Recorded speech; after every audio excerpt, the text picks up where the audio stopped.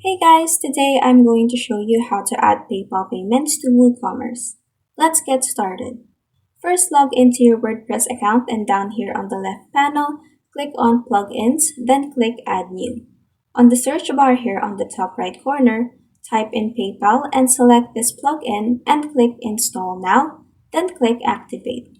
This tab will appear after you've activated the plugin, but you don't need to fix anything here.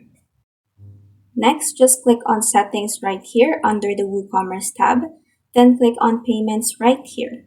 Then you will see down here that you now have a PayPal payment method installed. Just click on this icon right here to enable it, then click on Save Changes down here. Next, click on Manage right here, and this will bring it to a new tab, and make sure that your PayPal gateway is enabled right here.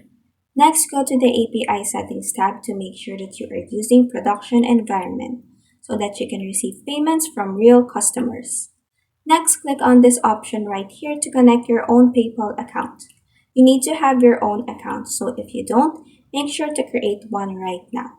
And after you've created one, just log in your PayPal account to connect it. And that is how you can add PayPal payments to WooCommerce.